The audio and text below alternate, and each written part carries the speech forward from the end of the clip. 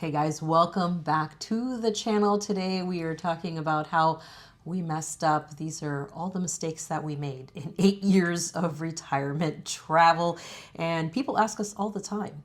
It looks like everything is going really well all the time.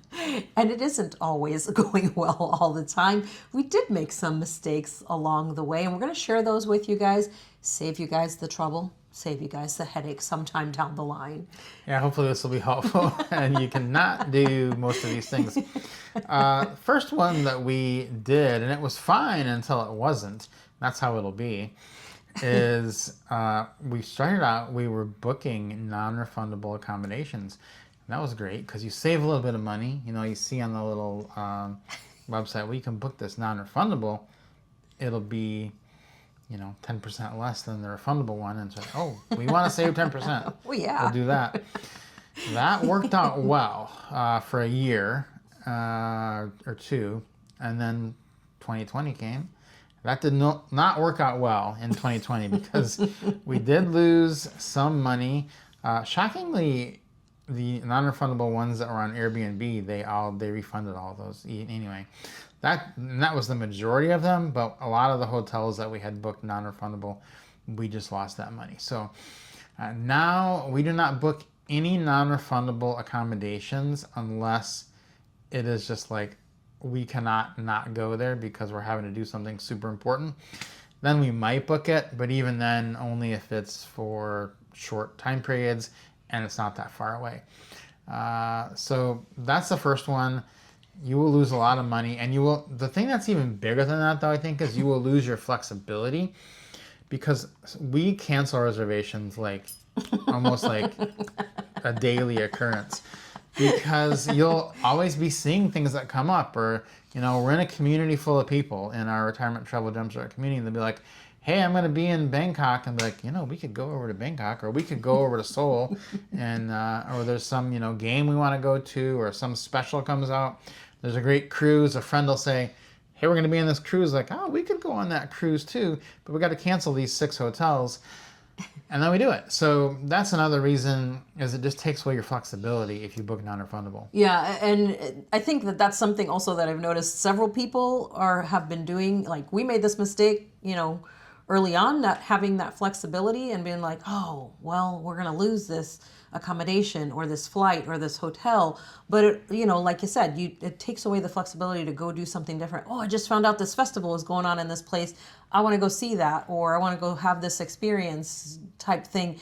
And then you won't be able to do those. Another thing I've noticed a lot of people in our community are saying, we need to stop doing that too, because booking so far in advance, because they can't go on some of our group trips. We announce our group trips and they're like, oh, are you kidding me? I already have plans. And it's like a year from now. Like, you already have plans a year from now? You've already booked it?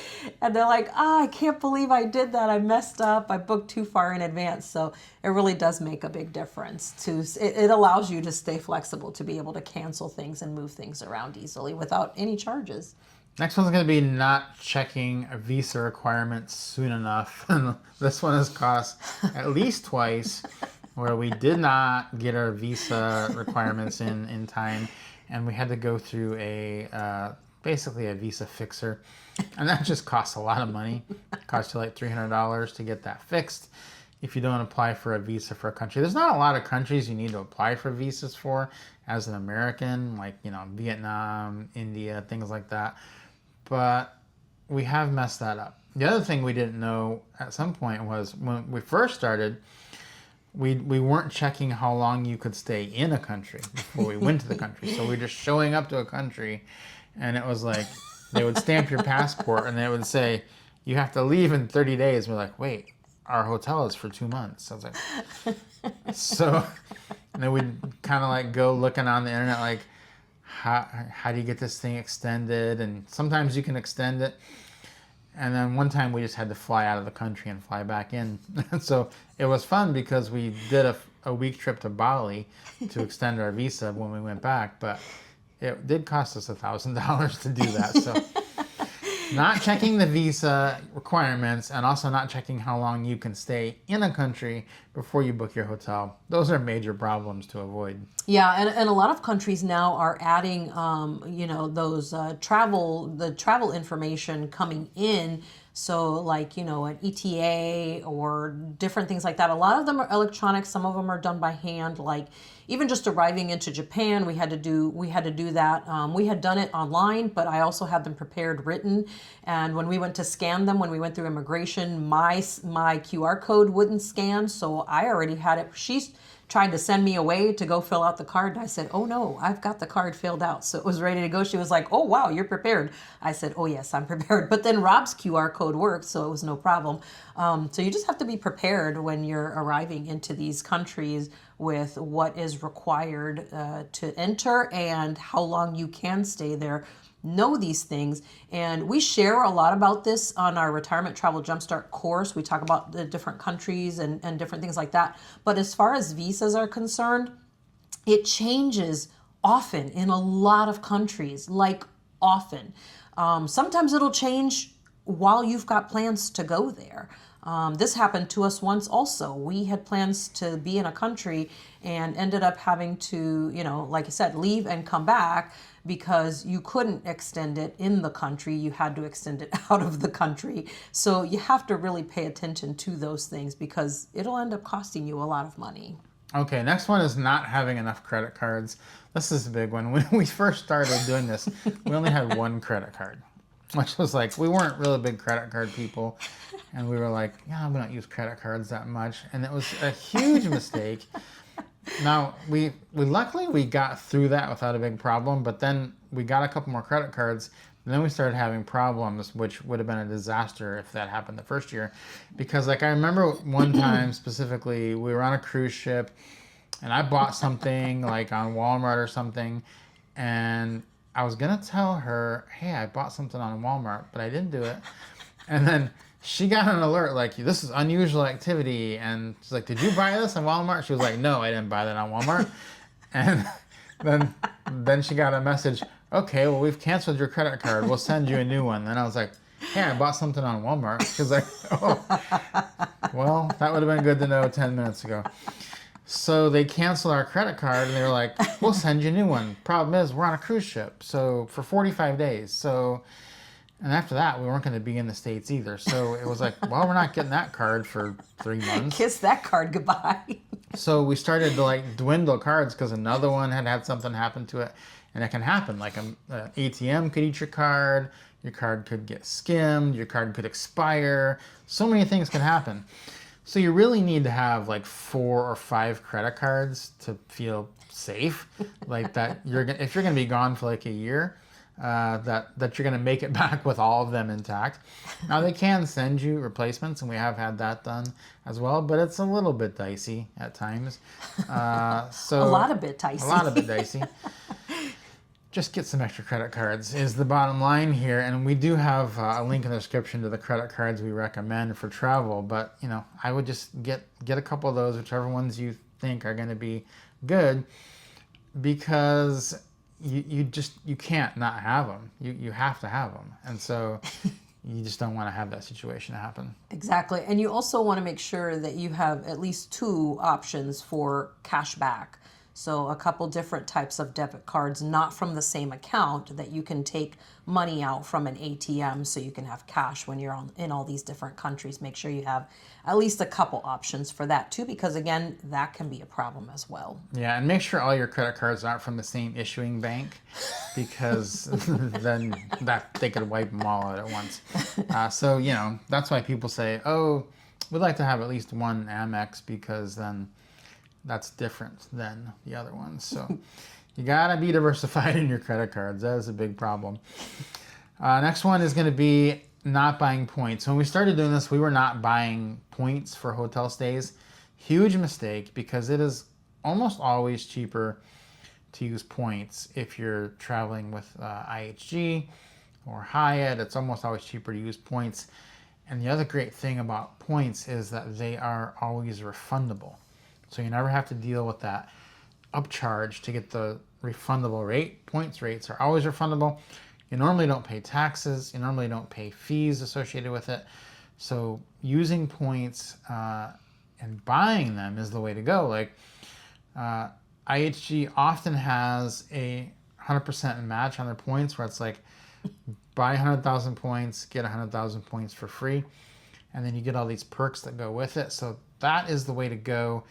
If you want to see what point sales are on right now, we do have a link in the description to where you can buy points for each different program. It's often hard to find, like even in their own apps, you can't figure out where to buy points. So we did put links in the description. We buy points all the time. In fact, almost all of our hotel stays are on points. They're just much more flexible. Yeah, it is great to have that flexibility. You know, earlier, one of the first things we talked about was refundable accommodations, and that is one of them. We stay probably 75% of our stays throughout the year is in hotels, and the rest of it is Airbnb or other options. So we use points a lot, and it is so great to have that option to make those changes so easily in the apps and to not have any charges. I think it's great not having, most of the time, like you said, you don't have to pay like resort fees and taxes and things like that. Boy, is that a huge perk. And then you add the bonus on top of that of, you know, if you earn status in these, and if you have like the IHG card, you know, you get platinum status with IHG. So a lot of these things come into play. You get meals included, all that kind of stuff. So it really turns into a whole bundle of money saving and great things that we were missing out on the beginning because we weren't buying points and we were not using this option when we very first started. So it is nice to have that in now. We have tons of videos here on the channel about you know, retiring to a hotel and just sharing our experiences in hotels around the world. I also share tours from the ones we've done in Asia on Travel Asia with Ali YouTube channel, hotel tours. So if you're looking at some of them, they would definitely probably be on there. Another thing that we made a mistake of was not having a community around us. When we first started doing this, it was just us. We didn't know anybody else doing it. We just had this idea. I don't think there were a lot of other people doing it at that time. We didn't know any of them if there were. So for many years, we just did this. And it did get to the point, especially when it got to 2020, that it was like, okay, we're pretty isolated. We were in Malaysia in 2020, and it got pretty bad to where, you know, I remember like we were like, we need to like talk to somebody. We need to like, because we were basically stuck there. And so that's when we actually did our very first live stream. And it was on Facebook for some reason. It's the only one we've ever done on Facebook. But I remember like thinking, hey, if we do like a live stream on Facebook, maybe we could, you know, interact with some people that way.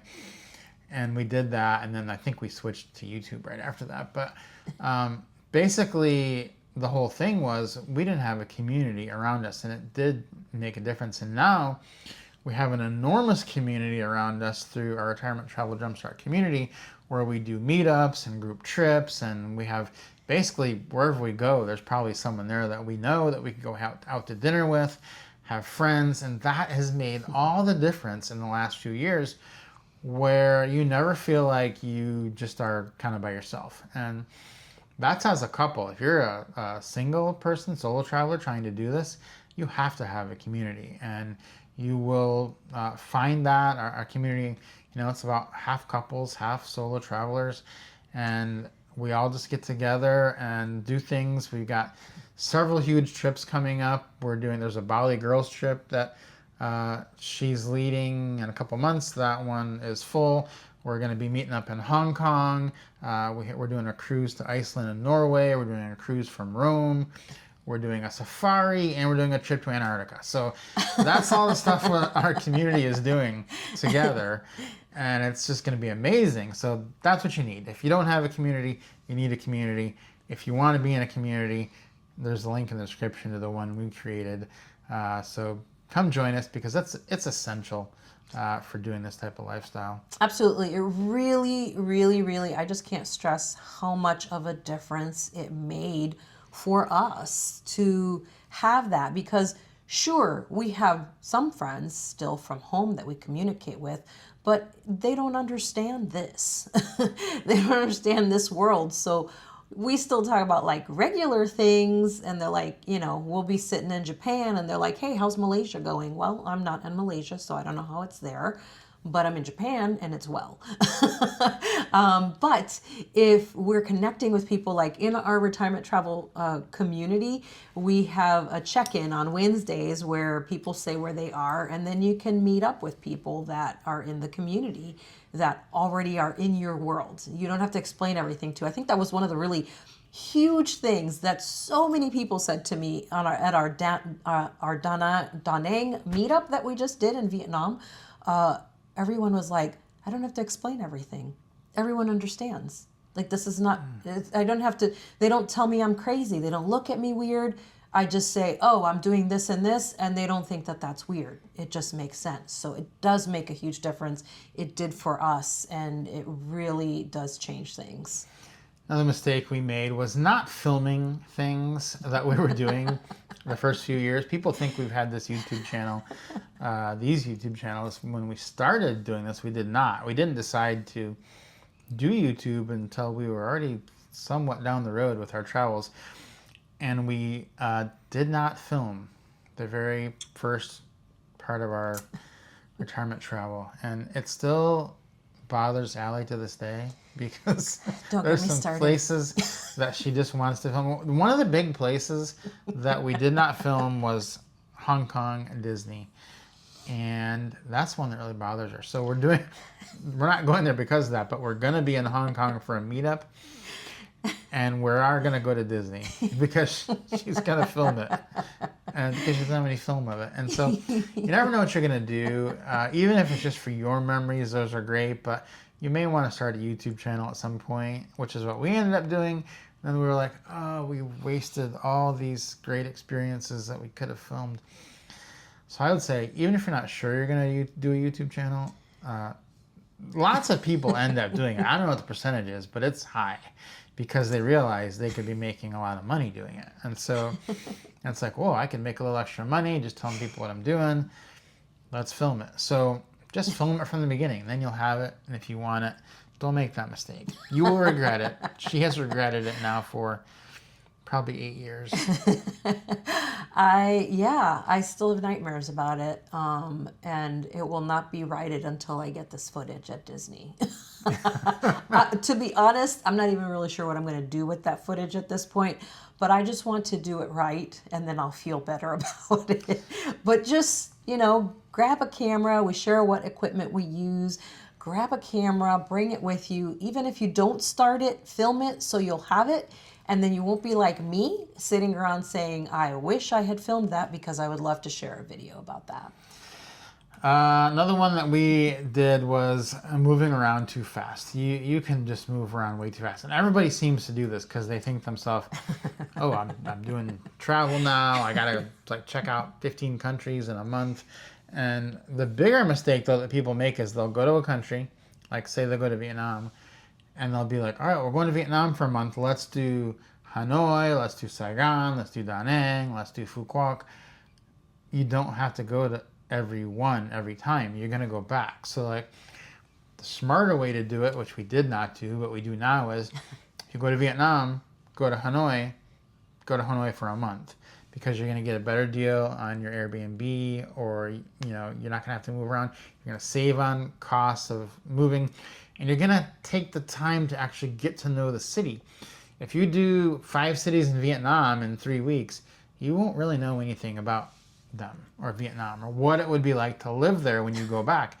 You need to be in a city for several weeks before you really have a feel for if you would want to come back. So there's places in Thailand that we haven't even been yet after 8 years, and we've been to Thailand probably 10 times, because we do one city at a time, and that's the smarter way to do it, because then you really get to know that city and if you would like it. Because so many times we've gone to a city in some country, and after 3 days, we're like, we love this place.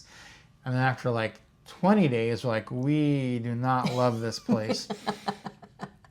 We do not want to come back. And so your mind will change if you give yourself the time to get to know the city.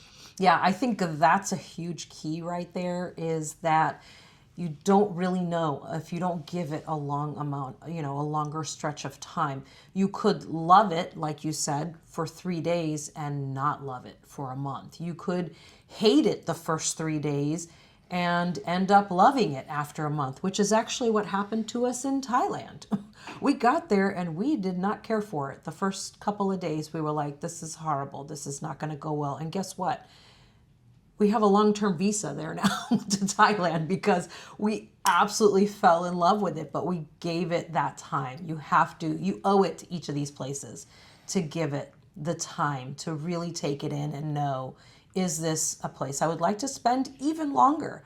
Is this a place I want to max out my visa on every time I come?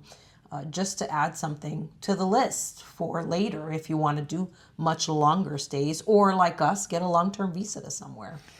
Another one we did was we did not concentrate our efforts on getting status. We were just going for the absolute cheapest price on like hotels.com and stuff, which was a mistake because we didn't realize how great it could be to get status. So now we really focus on getting status every year with IHG and Hyatt. Those are the two best programs if you're traveling internationally.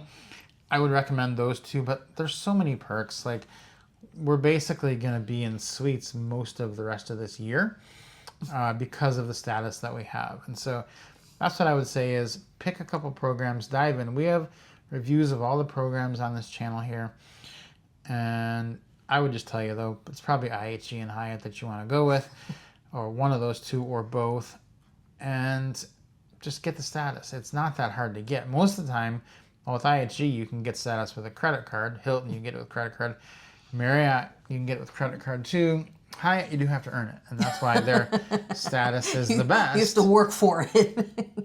But it is worth it. So yeah, absolutely. And then another mistake we made, which almost everybody does this, which is feeling like you need to visit everyone you know every year.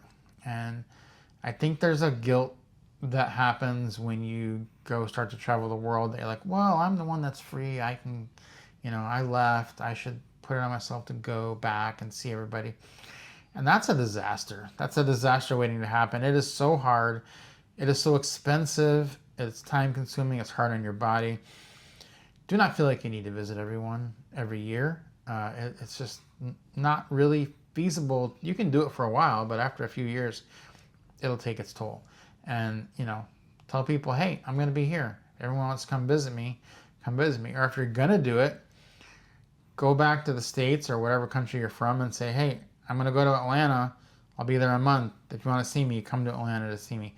Don't feel like you have to go driving around, flying around to see every single person that you knew that you haven't seen in a while, because that's not right. That's not fair.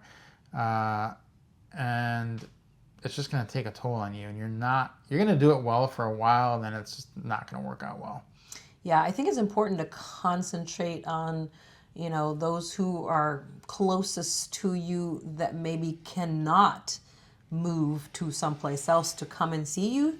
Sure, concentrate on those, like, your parents or something like that, or like, an aging sibling or that. But other than that, most people should be able to move around some. And like I said, we do that. Sometimes we'll go to the U.S., say, hey, we're hanging out at this place. Come hang out with us. We'll rotate people in and out that way.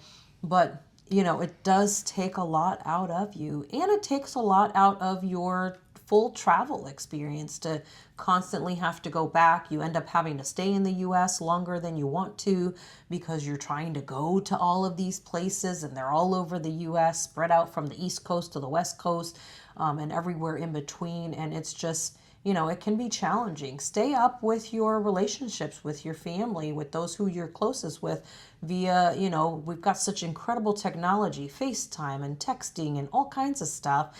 And, I feel like we have closer relationships with people that way.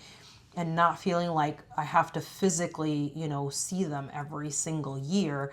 Our stints are growing longer and longer every time we leave. Each time we leave, our last one was 14 months away from the U.S. This time around, it's going to be even longer. And it just, you know, that guilt has started to fade away, and we start to feel like, okay, we're, you know, we've given a lot, and now it's time to fully enjoy what we've worked so hard for and earned. Yeah. So those are the things we messed up on. We would love to know. Maybe you've done some of those. Hopefully it was helpful, though, to you. If it was, please give us a like on the video. Subscribe to the channel if you haven't. And we will see you on the next video.